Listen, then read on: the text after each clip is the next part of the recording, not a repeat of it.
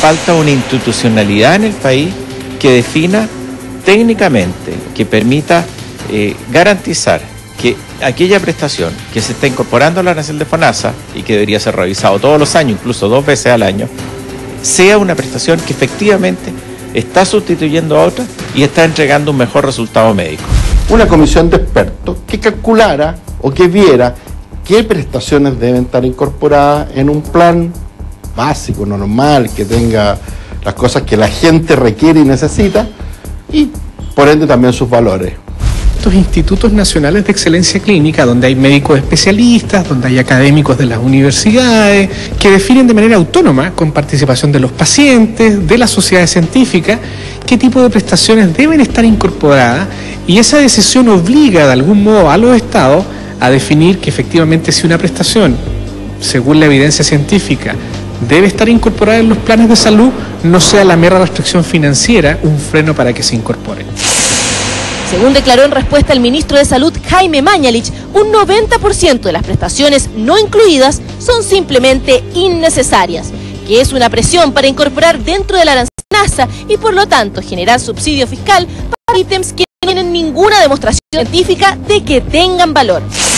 Si un afiliado se enfrenta a la situación de ser sometido, de requerir una prestación que no está arancelada, reclamar ante la superintendencia porque está establecido, digamos, una figura que es la homologación de prestaciones. Tumores cerebrales, por ejemplo, que se hace con rayos gamma y que de alguna manera reemplaza la cirugía, esa es una prestación no arancelada y en ese caso se puede homologar a la cirugía propiamente tal.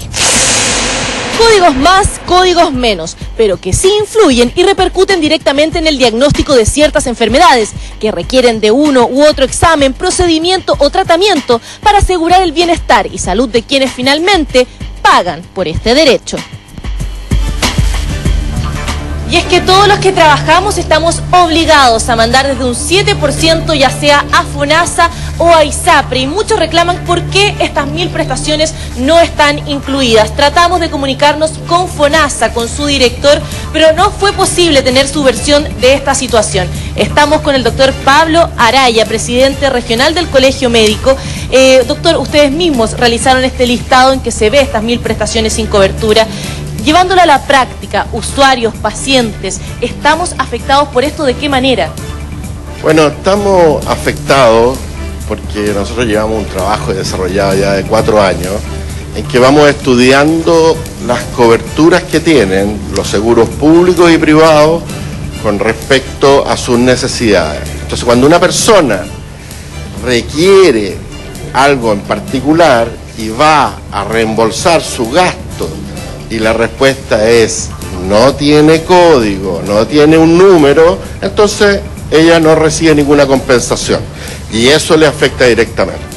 Hay ciertas enfermedades, exámenes que veíamos que son, por ejemplo, la biopsia mamaria, tan importante para detectar el cáncer en la mujer, y no están totalmente. ¿Por qué unos sí, por qué otros no? Bueno, es lo que hemos dicho, esto es como desde 1968 que se crea la libre elección, no hemos formado una institucionalidad, un comité de expertos que nos diga esto debe estar, esto no debe estar. Ya hace años, unos 20 años atrás nos pusimos de acuerdo que el piso mínimo para toda la ISAPRE era todo lo que estaba incorporado en FONASA. Pero por ejemplo, el otro día le mandamos una carta a la superintendente de ISAPRE y dijimos, mire, hay ISAPRES que no tienen el código de especialista incluido en su arancel. Aún no tenemos respuesta. Entonces, tenemos que estar todo el tiempo vigilando y supervisando esto para que se cumplan las normas que hemos dicho. Además, esto tiene 2 aristas muy importantes. Una es la que ustedes han hecho un reportaje maravilloso que han demostrado claramente que cuando una persona necesita una biopsia por un cáncer de mama, que es algo que afecta mucho, que hay mucho cáncer de mama y que obviamente es un tema importante entre una familia y una mujer, también existe la otra arista que es la modalidad institucional. Eso significa que los hospitales públicos también se afectan por eso. Y se afectan por las 2 cosas. Que no hay un código, por lo tanto no le puede pagar FONASA a su hospital público. Y segundo, que los valores que tienen FONASA hoy día no son reales y por lo tanto el hospital público recibe un 44% menos promedio del valor que debiera recibir. Doctor, a ver, estas prestaciones, obviamente que son muy distintas todas ellas, ¿no es cierto? Pero estas prestaciones, a su juicio, ¿son necesarias? Porque el ministro de Salud dice el 90% no son necesarias, no tienen justificación, y además dice que no hay que pagarlas, y además acusar a la Superintendencia de Salud. Primero, buenos días. Buenos días, doctor. Buenos días, la Tonka. Hola, doctor. Lo que quisiera decirle es que son necesarias. A lo mejor la forma de incluirlas pueden ser paulatinas, pero ya el ministro dice el 90% son innecesarias. Quiere decir que reconoce que hay un 10% que queríamos incorporar la mañana. Pero también habla de un posible negocio entre médicos, entre laboratorios, centros médicos. ¿Qué dice usted al respecto? Porque es una acusación grave.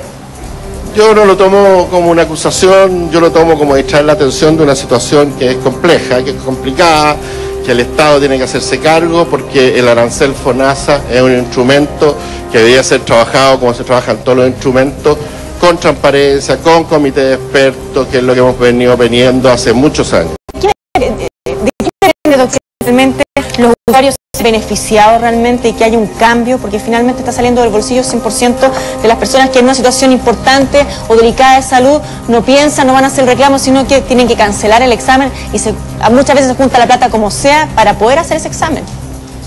Nosotros usamos una frase, discúlpeme, decimos FONASA propone y Dios dispone, y Dios es Hacienda.